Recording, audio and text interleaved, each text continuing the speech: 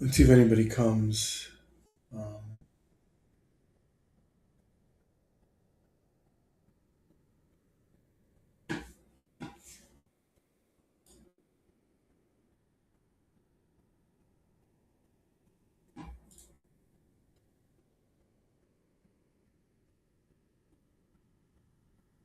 Waiting to see if anybody else comes on.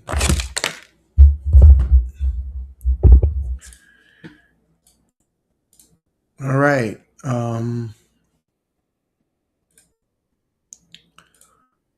Welcome back to the Straight Path podcast. This is episode 3. Now, if you turn on mainstream media, or if you read the press releases coming straight out of the Southern District of New York, they want you to believe a specific story. They use lazy headline grabbing labels like Ponzi scheme because it's easy, poisons the public mind, and ensures that by the time a conservative steps into a courtroom, the jury has already been conditioned to convict. But on this channel, we won't look at state sponsored scripts. We look at primary sources. We look at the bank records, the asset sheets, the unredacted truth. Today, we're exposing the hidden engine of the lawfare playbook. It's a strategy I call solvency sabotage. It's what happens when the administrative state realizes that your business isn't actually a scam, but they need to look like one to justify destroying you. Here's the reality. They don't want you to know our underlying investment fund was completely solvent, backed by 100 million, let's say, in residual assets, give or take, and consistently delivered 2 to 3 times returns to clients. So why the 11-year sentence from Judge Jesse Furman last week? Why the frantic rush to freeze every account seized on our property and lock me away? Because a solvent fund destroys their entire narrative. Today, I'm breaking down exactly how they manufacture the collapse and why they're trying to put me and my family on the street to keep the story quiet. The anatomy of solvency sabotage. Tone shifts analytical steady. So let's talk about how the system actually works when the cameras are off. If a business is truly a fraud, it collapses under its own weight.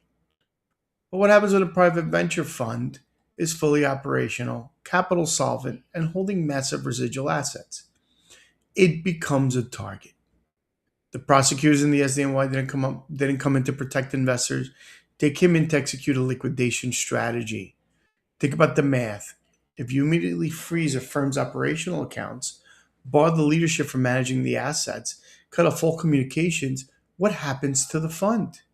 You artificially paralyze it.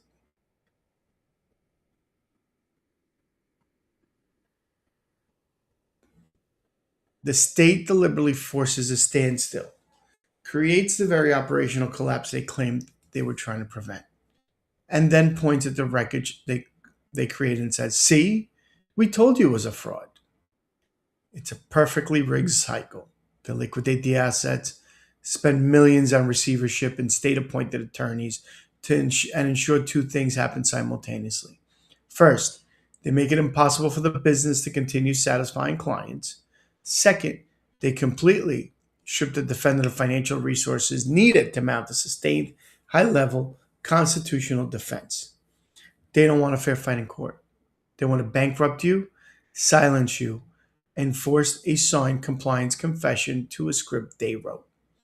I walked away from that rigged pipeline because I refused to lie for them. And this 11-year sentence, this is the retaliation for refusing to sign my name to their fiction. But the state strategy doesn't stop you at paralyzing a business. The deep state relies on collateral destruction. They target your family to break your resolve.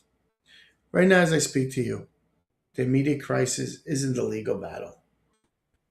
The DOJ is aggressively moving to seize our property, our family residence. They're trying to throw my wife, Nikki, and Jason Reese on the street. leaving them entirely homeless. His response? Total disregard. He openly shouted from the bench, "I do not care about your politics." But his own record calls him a liar. As we exposed last week, they tracked an entire extra year onto my sentence because I explicitly chose to speak out on independent conservative networks like Lindell TV, being on Diamond and Silk, and in Document 228, they actually submitted a 13-page formal brief tracking my media appearances, treating my free speech as a criminal act.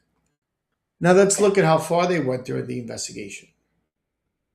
They didn't just threaten my freedom, they weaponized my background. They used explicit threats of denaturalization and deportation against the American citizenship that I legally earned, proudly attained at age 18. They tried to tell me that my citizenship, my voice, and my home were all contingent on my absolute submission to the administrative state. They expected us to fold. They expected my family to disappear quietly into the statistics of weaponized justice, but they miscalculated. The truth cannot be liquidated and cannot be frozen. So we're pushing back on every single front against this bureaucracy, and we're taking the fight straight to the top. First, my pardon file. I have a clemency case number P323265, active, verified, and moving through pipeline directly through the president via constitutional defense attorney Peter Tickton, who we also pray to God becomes the Attorney General of the United States. Second, we have taken the fight to Capitol Hill. Meticulous primary evidence documenting the First Amendment, profiling in Document 228, the explicit threats of my citizenship have been submitted to various committees displaying the misconduct of these three AUSAs.